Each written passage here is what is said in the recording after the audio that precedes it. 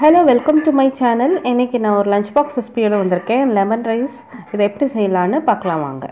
சேனலை first time பார்க்குறீங்கன்னா subscribe பட்டனை கிளிக் பண்ணிக்கோங்க. அப்படியே பக்கத்தில் இருக்கிற பெல் பட்டனையும் கிளிக் பண்ணிக்கோங்க. அப்போ தான் நான் போடுற உடனுக்குடன் நோட்டிஃபிகேஷன் வரும். லெமன் ரைஸ் செய்கிறதுக்கு நம்ம ஒரு கடாய் எடுத்துக்கிட்டு அதில் 2 டேபிள் ஸ்பூன் எண்ணெய் ஊற்றிக்கோங்க. எண்ணெய் நல்லா காஞ்சதுக்கப்புறமா 1 டேபிள் ஸ்பூன் அளவுக்கு கடுகு, அதுக்கப்புறம் வெந்தயம் ஒரு 2 டேபிள் ஸ்பூன், 2லேருந்து 3 டேபிள் ஸ்பூன் அளவு கூட சேர்த்துக்கலாம். நல்லா முறுமுறுன்னு இருந்தால் தான் டேஸ்ட் இருக்கும். இது நல்லா வந்துட்டு கருகாமல் வறுபடணும்.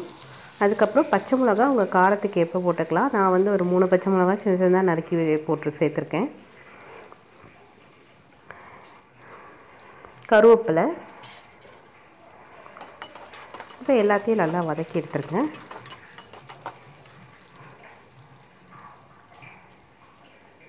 கருகாமல் நல்லா வதங்கணும். வெங்காயம் வந்து ஆப்ஷனல் தான், நான் சொல்கிறேன். இப்போ வந்து வேர்க்கடலை எடுத்துக்கோங்க. இதுக்கு ரொம்ப நல்ல ஃப்ளேவர் கொடுக்கும். ஒரு கையிலேருந்து 2 கை அளவுக்கு எடுத்துக்கோங்க. நான் ஒரு 2 ஆள் சாப்பிட்ற அளவுக்கு சாதத்தை தான் செய்ய போகிறேன். அதுக்கேற்ற மாதிரி வேர்க்கடலை எடுத்துருக்கேன்.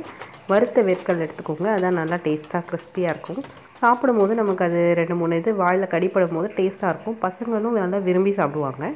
அந்த ஒரே ஒரு சின்ன வெங்காயம் காமிச்சோம் பார்த்திங்களா, அந்த சைஸில் இருக்கிற வெங்காயத்தை பொடி பொடியாக நறுக்கி போட்டுக்கோங்க. இது ஆப்ஷனல் தான், ஆனால் இதை போட்டிங்கன்னா ரொம்ப கிறிஸ்பியாகவும் டேஸ்டியாகவும் இருக்கும் உங்களுக்கு. ஸோ அதுவும் வந்து நல்லா வதக்கிடுங்க. அது ஒரு 5 மினிட்ஸ் நல்லா வதங்கினதுக்கப்புறமா நம்ம வந்துட்டு உப்பு அதெல்லாம் சேர்த்துடலாம். உப்பு வந்து நான் வந்து சாதத்துக்கு எவ்வளோ தேவையோ அந்த அளவே நான் வந்து சேர்க்க போகிறேன்.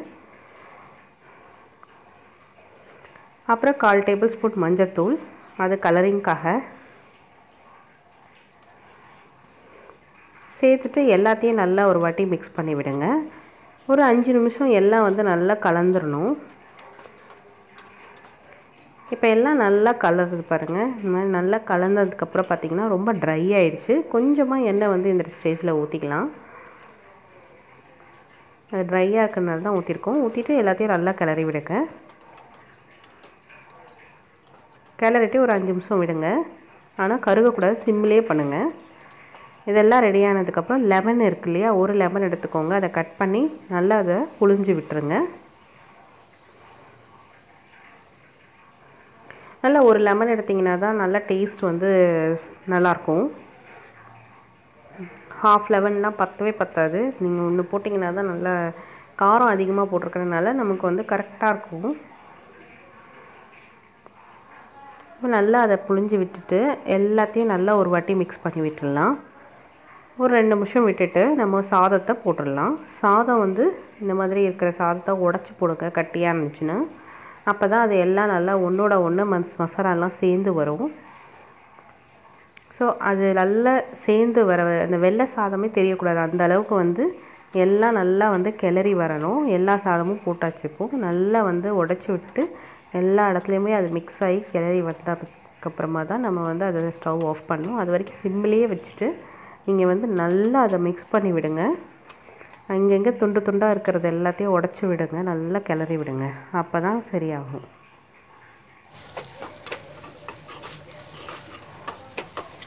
பாருங்கள், இப்போ வந்து எல்லாமே ஓரளவுக்கு நல்லா மிக்ஸ் ஆகி வந்துட்டுருக்கு.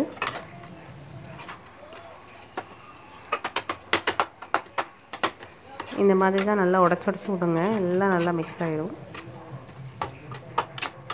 அவ்வளோதான், நல்லா வந்து கிளறி வந்துடுச்சு. எங்கேயுமே ஒயிட் சாதமே இல்லை, எல்லாமே வந்து நல்லா மிக்ஸ் ஆகி வந்திருக்கு. அவ்வளோதாங்க, சுவையான லெமன் ரைஸ் வந்து ரெடி ஆகிடுச்சு. இது ரொம்ப நல்லா டேஸ்டியாக இருக்கும். எல்லோரும் சாப்பிட்ற மாதிரி இருக்கும். நீங்கள் வந்து இதை செஞ்சு பார்த்துட்டு உங்கள் ஃபீட்பேக் அண்ட் கமெண்ட்டை சொல்லுங்கள். தேங்க்ஸ் ஃபார் வாட்சிங்.